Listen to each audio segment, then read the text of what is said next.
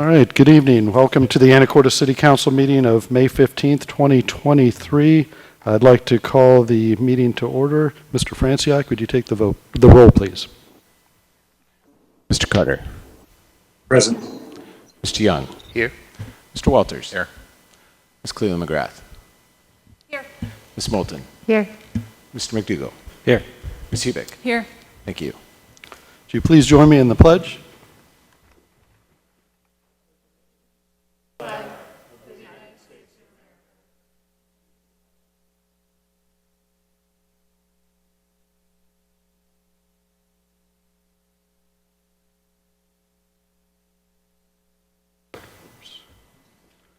Okay, we're on to announcements and committee reports. A couple announcements. So item 3E has become Public Safety Vice Library Committee report. And then item 6D, temporary access easement for Dyke District 17 is removed. It's not ready for council presentation. So that's changed to tonight's agenda. Some other announcements. If you were up early this morning, you may have noticed a closure on 12th G and 5th. There was a fatality moped accident. Initial reports looks like moped versus power pole.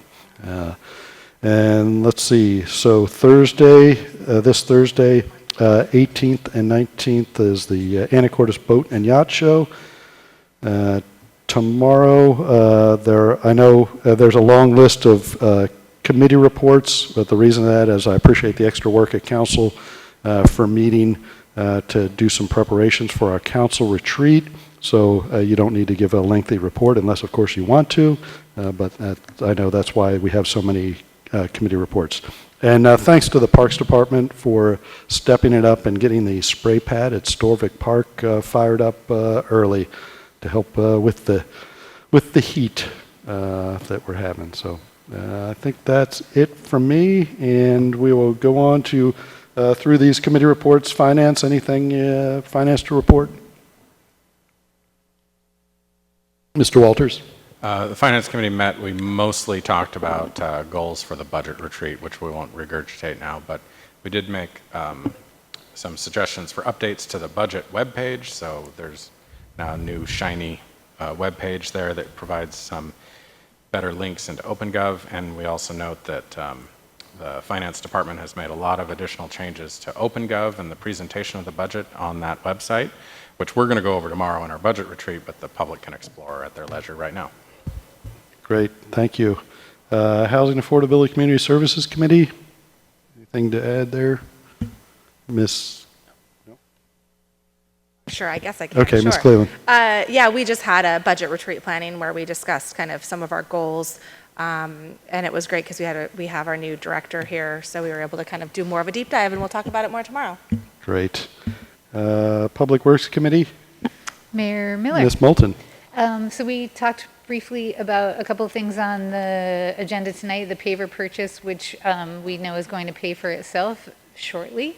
And we discussed some of our goals for tomorrow as well. But one thing we wanted to announce is the Public Works Open House on June 1st. It's open to everyone in the public. It's our first one since 2019. It begins at 9:30 and goes till 3, and everyone is welcome. And it's a really fun event, and staff is excited to have it going again. Thanks. Okay, next up is Skagit Law and Justice Council, Skagit Law and Justice Council report, and I know Chief Floyd was able to attend, and he passed on a couple of quick notes. Recovery Cafe in Mount Vernon is open Tuesday to Saturday, 12 to 4 p.m. It's a day use area for individuals over the 18 working to stay off controlled substance. So again, that was put out at the Law and Justice meeting. There was also a presentation from the New Earth Recovery Housing, which is 5 recovery housing units, 3 in Mount Vernon, 2 out in the county. It's a group housing model focused on individuals that are working their way off of recovery to live cleanly and focusing on individuals preparing to be self-sufficient after they move out of group housing.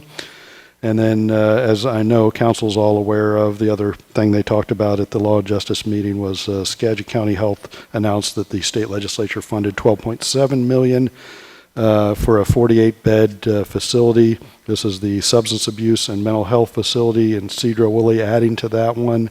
And the idea is diversion from ER and the jail to be able to have law enforcement do a direct drop-off without going through that. So again, those were what was discussed at the Skagit County Law and Justice Council. Item E is the public safety report. If there's anything, Ms. Cleland, you wanted to add? No, we discussed the fact that the levy was passed with overwhelming support by the community, so thank you. And then just kind of doing some strategizing of what that will look like for the next year with those added positions.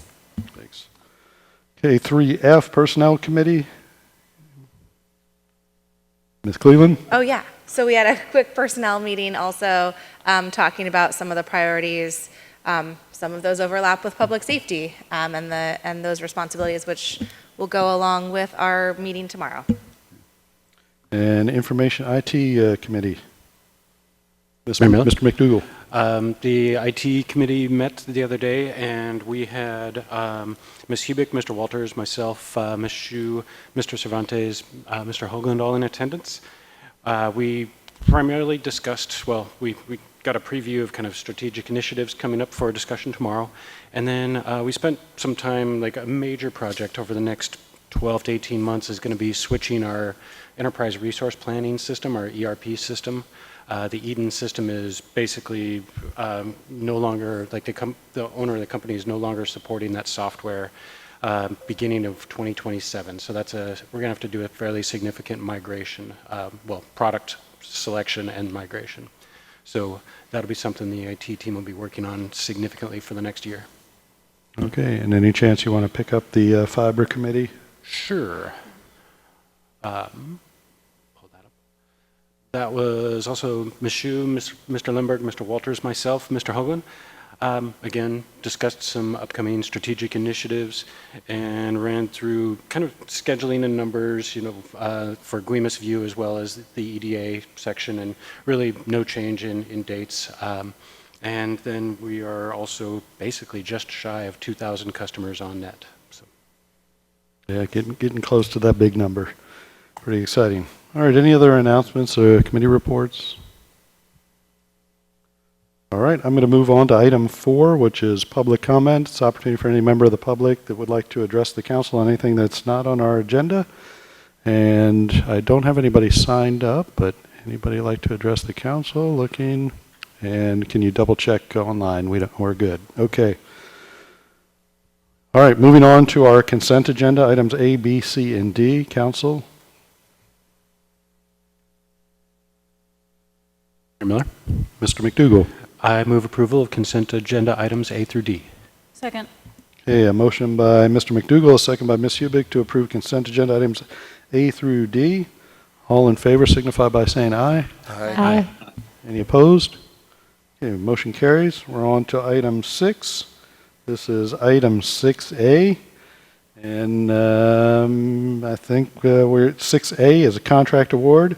Former water treatment plant demolition project. This is a discussion item with possible action, and I didn't give Mr. Hash enough warning that this was coming up with his major project and large contract to present to council, and hopefully you've had an opportunity to take a look in the packet. So, Mr. Hash. Good evening, Mayor, Council, and the audience. Henry Hash, Public Works. It's an exciting night tonight for this project. This is something the city has been working on for several years. As you know, for this, we went out to bid pretty recently, but a couple of months ago, we did not receive any responsible bids. And because of that, then we were allowed to select a contractor or 2 or 3 and negotiate with them. Basically, that's what happened. Ideally, we wanted to talk to 3 or 4 contractors. We did. We reached them. We interviewed them, and some of them expressed an interest to submit a proposal, because at this time we are not talking about bids, we are talking about proposals. But since we are also under the time frame by the ecology to do substantial completion by the end of this year, so timing was very important. So one of the potential contractors said they are busy, they cannot even start until fall.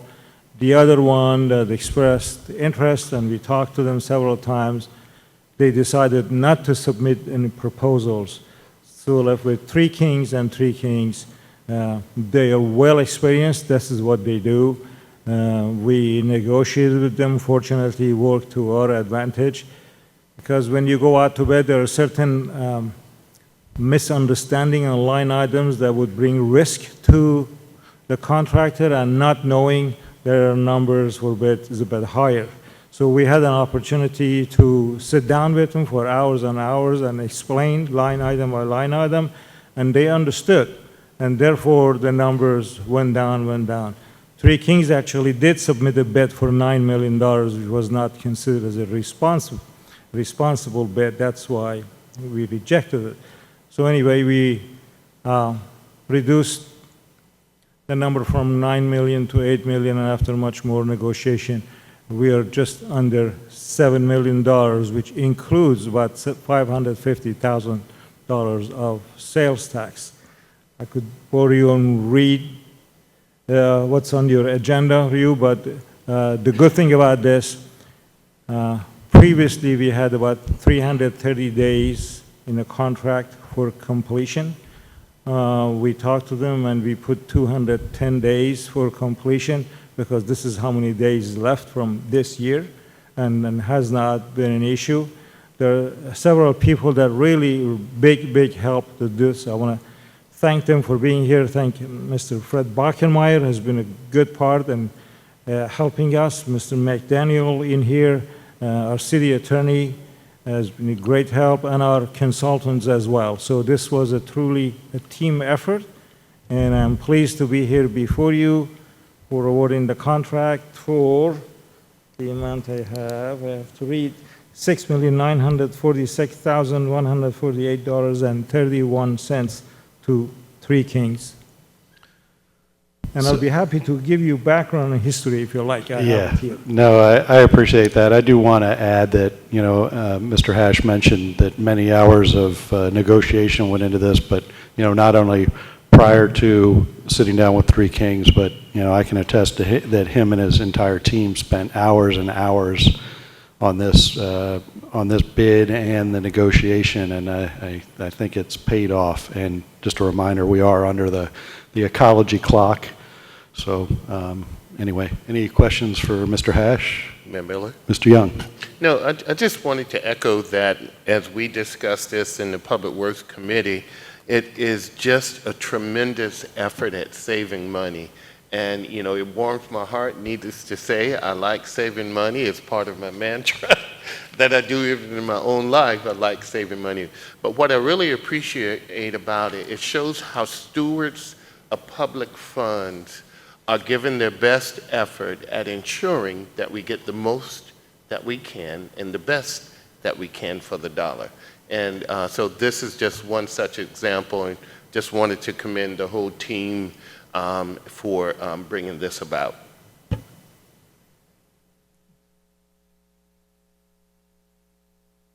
Anybody else? Any questions, comments,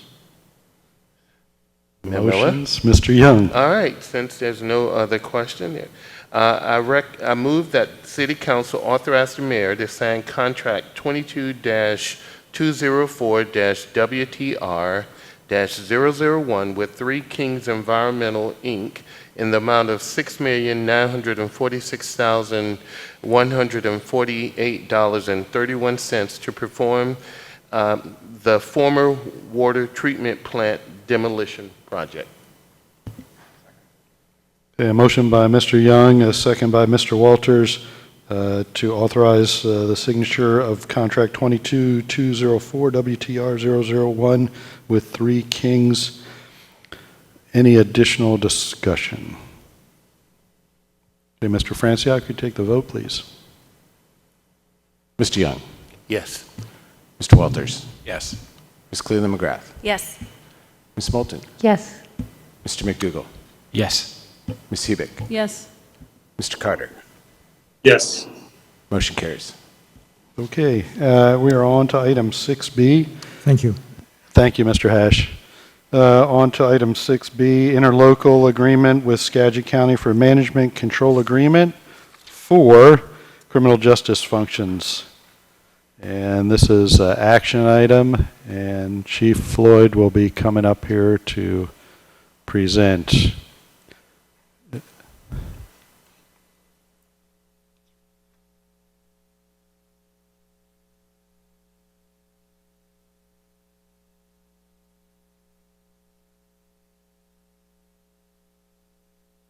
Chief Floyd, whenever you're ready. Good evening, Mayor, members of the council, members of the audience in attendance. This contract that should be in your packet is for IT services from Skagit County IT, who manages our records management system in cooperation with the Sheriff's Office. This contract is necessary for us to meet requirements from state auditors that will be showing up to audit our practices later this year. This is required because the Skagit County IT department is not a law enforcement agency. So this contract allows us to receive the services from them in management of that system, which we still control the data for.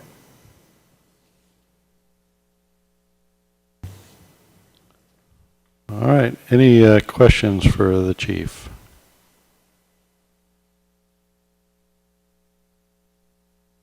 All right, quiet group. Any questions, comments? Motions. Okay, I'll entertain a motion then, since there's lots of silence. Mayor Miller? Mr. McDougall. Yeah, I move council authorize mayor to execute the interlocal agreement 23151 APD 001 between City of Anacortes and Skagit County. Second. Okay, a motion by Mr. McDougall, a second by Mr. Carter to approve the signature of the contract interlocal 23151 APD 001. Any additional discussion? Mr. Franciac, take the vote, please. Mr. Walters. Yes. Ms. Cleveland McGrath. Yes. Ms. Moulton. Yes. Mr. McDougall. Yes. Ms. Hubick. Yes. Mr. Carter. Yes. Mr. Young. Yes. Motion carries. Okay, thank you. We're on to item number 6C. This is ordinance 4051 and Title IX update, drug possession. This is a discussion item only, and I think Ms. Swetnam will, when she pulls up her presentation, will provide a little bit of news insight as well. Yeah. Thank you, Mayor, members of council, members of the audience. This is a dynamic topic right now, and so I appreciate the patience in navigating a path forward here. So tonight, I sent out on Friday, and the packet was amended today to include a draft ordinance that would criminalize drug possession in the city of Anacortes.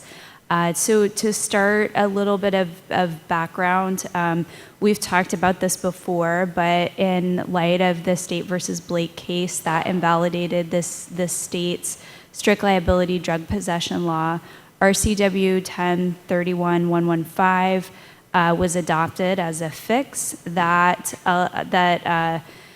required law enforcement, before they could arrest somebody for knowing possession of controlled substances, to refer them to treatment, social services. And this law is set to expire at the end of June. So I think we all have been tracking the fact that the Washington State Legislature adjourned the 2023 session without adopting a replacement. But they go into special session tomorrow, and the directed purpose of that special session is to adopt or to come up with a solution for the drug possession laws. So staff got information today from Chief Floyd, I think it was from WASPIC, that there has been significant work on a bill that is, I understand, to be introduced tomorrow. And we actually were able to look at a copy of that bill.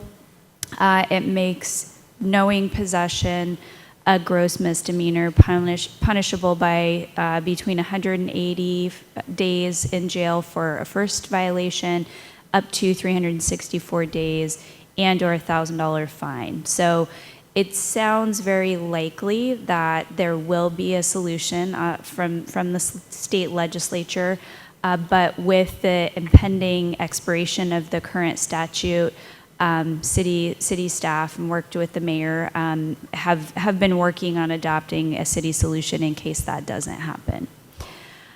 So that's the lead in to Ordinance 4051, and there are a couple of versions of ordinance that would criminalize drug possession. One was authored by Councilmember Walters. The one that's in your packet is based on a model that Skagit County Prosecutor Rich Wyrick drafted a model version of, and the idea was to have a model drug possessions ordinance that would be adopted throughout the county so that there was consistency amongst the jurisdictions. So, understanding there's a little bit of a time frame issue here, we wanted to get something before council because I know that there are policy questions that may need to be discussed. So the key points of Ordinance 4051 that's in the packet is it makes knowing possession of controlled substances a gross misdemeanor. It establishes penalties with mandatory minimum jail sentences, and it creates some structure for the use of community court. So, thinking about how we move forward here, some next steps are maybe to see what happens in Olympia this week, and if there is in fact the support that we've heard that there is for the present draft bill, it seems very likely that there will be a solution that comes out of the state. But if that is the case, the bill will preempt the city's ability to adopt legislation in those areas. So we'll need to go back and look at Ordinance 4045, which was adopted in April, to see if there are sections of that ordinance that are invalidated and if there are any cleanup items that the city needs to do to make sure that our ordinance is consistent with state law. If something doesn't happen in Olympia, then we've got a draft ordinance to start working through the process here at the city, and we are happy to bring that back with, I'm sure that there will be changes and edits that council will want to see happen. So that's the dynamic landscape that we find ourselves in. And I'm happy to answer questions. Chief Floyd is here as well to answer questions, and I think those are my comments for tonight. Yeah, and I'll jump in to add to explain the timeline a little bit, because obviously when the legislature adjourned before the special session, I talked to one of our reps, and they asked if we would coordinate a county-wide effort, knowing that it might not ultimately matter, but obviously it's very important that we address it, so we did, and I've been coordinating with the other mayors, and Cedro Woolley is planning on bringing a similar, the Rich Wyrick version, which I'm calling it, county prosecutor version, on the 24th, should they need to. Burlington is waiting till the first week of June, and Mount Vernon is presenting theirs next week again if it needs to. So the good news is we're in the lead. I guess the bad news, it might all be for naught. But again, it's an opportunity to, if members of council want to discuss anything with this, or we can just kind of wait and see what happens. But we'll be ready if nothing happens with the special session, or for some reason our intention was to bring this back next week with the county prosecutor so we can directly talk to him. But we met with the county prosecutor last week, as well as the county sheriff, just to see how we could ultimately implement it, and that's why we brought this ordinance to council to look at. But that's kind of where we are. but it's an opportunity to ask Ms. Swetnam or Chief Floyd kind of implementation pieces. Mr. Walters. The ordinance that I proposed 3 weeks ago when the legislature went out of session is basically identical to the state law that is set to expire and the county prosecutor's proposal at its core. The major change is that it elevates both the ordinance I proposed and the county prosecutors, and the bill that is in Olympia elevates the offense from a misdemeanor to a gross misdemeanor. The county prosecutor's ordinance then goes on, though, to more than just photocopy state law and create some mandatory minimum sentences for drug possession. And then the draft that you put in the packet for this meeting talks about community court, although it also mixes community court with supervision from the Office of Probation. And so I have questions about that. I'm not certain that mandatory minimums is really the critical component of this law. For decades, crime rose in the United States and in industrialized nations until the 90s, when it really started to fall, again, everywhere. And it didn't do that because we came up with some better statute or a better form of policing, but it is widely understood that that happened because we removed lead from gasoline. And I would like to read a brief portion of a Salish Current article about fentanyl, which is the major problem that we face right now. Shannon Bousted, a physician who's run the medication-assisted treatment program at CMAR Community Health Centers in Whatcom County for the last 6 years, said the fentanyl crisis is even larger than most people understand and is becoming destabilizing to society at large. We have to save these people for our society, he said. We tend to stigmatize addicts. We tend to treat them as others, and that is really not going to last, because it's not going to be very long before opioid addiction is in all of our families. I really think that in order to find good solutions, we have to start thinking about things differently. And I find those words fairly chilling, and is really an exhortation to us to get these things right, to figure out what works and what is able to deliver the best outcomes, which is getting people off of drugs and out of the cycle of criminality and the cycle of poverty that prevents them from escaping drugs. There are no victimless drug crimes, including possession, because an addicted person is somebody's husband or wife or son, and it's a person that they are losing. So we need to get this right. I think that we should retain, regardless what happens in Olympia, we should retain a criminal penalty here in Anacortes. And if Olympia acts, then we can just do some cleanup. If Olympia doesn't act, then we can come back. But we ought to have a really detailed conversation with some evidence as to what works to get people off of drugs. Is it 14 days in the lockup?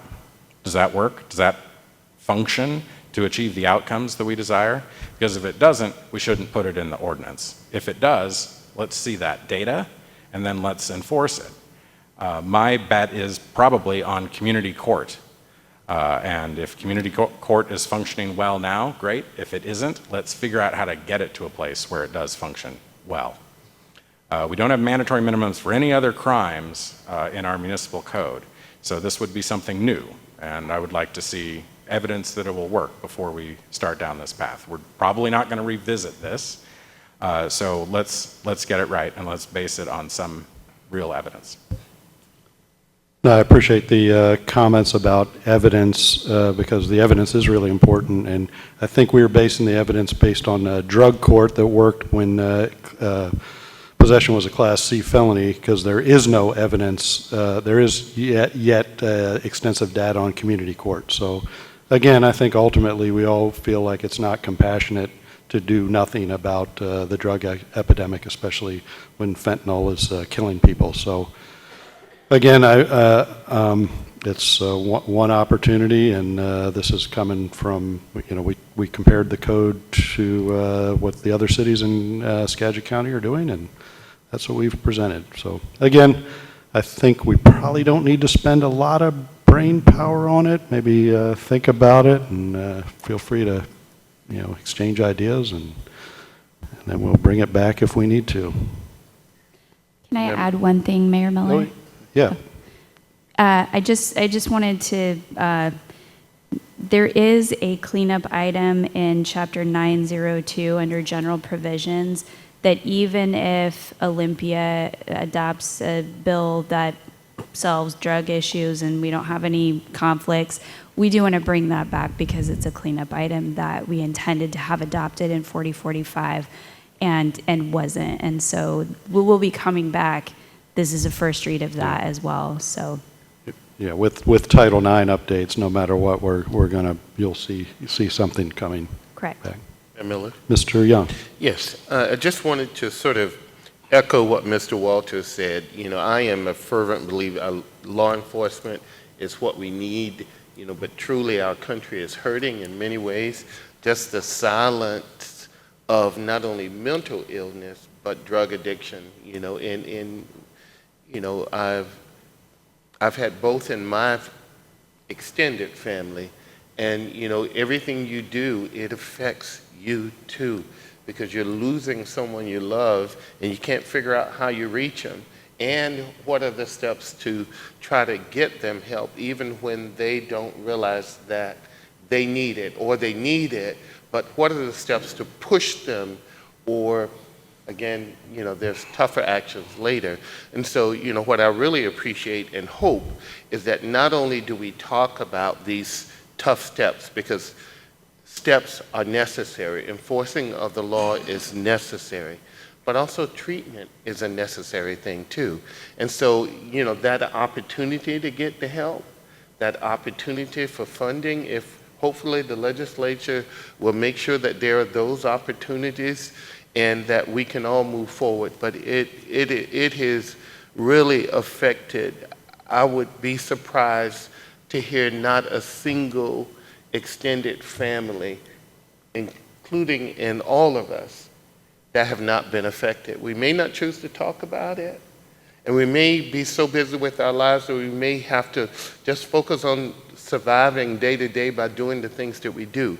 But it is there, it is growing, and it's just something that we have to do. So what I appreciate about what I'm seeing so far is not only is it compassion, but it's also recognizing that there are rules of society and the things that we have to do in order to make it. But, just coupling both of those things. But to Mr. Walters' point, though, I just really wanted to put an emphasis that it does affect everybody, and we have to find a way to push them into help, whether they want to or not.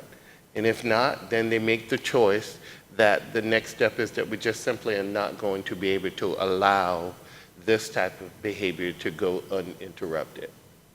Thank you. All right, I do have an asterisk item on here. Any member of the public wish to comment? I got nobody online, and I can't get online. All right, well, you see the next steps. If council doesn't have anything else to add, we will... Mayor Miller? Mr. Walters. Maybe in some mechanics, in the prosecutors provided ordinance, it talks a lot about, well, in your draft, it talks a lot about community court. Community court is the name of the therapeutic court that we happen to have right now, but we may have additional therapeutic courts that may be named something else in the future. They could create a therapeutic court that is called drug court. The former drug court operated in Superior Court. This operates in the district court level, the municipal court level, but it could be called anything we want. It could be called Purple Court, So I think probably addressing therapeutic courts more broadly is what we should do. And we had added a provision in Title IX, the general provisions of Title IX, that require the prosecutor to file an objection or file a reason with the court anytime they object to the use of the therapeutic court, which is important for their record keeping, but also for our reporting and for us to know how we're using the court. Of course, the reason that we don't have any results from community court for prosecutions of drug possession is because we haven't prosecuted any drug possession cases in the last couple of years. So also community court is only a couple of years old. So the point at the end of the day is, are people going to come out of drugs by going to jail, or are people going to come out of drugs by getting the appropriate amount of treatment with the backup of jail? So they're properly motivated, but also so that they have the tools to escape. Okay, anything else? All right, no further items on the agenda. I will adjourn the council meeting. Thank you very much.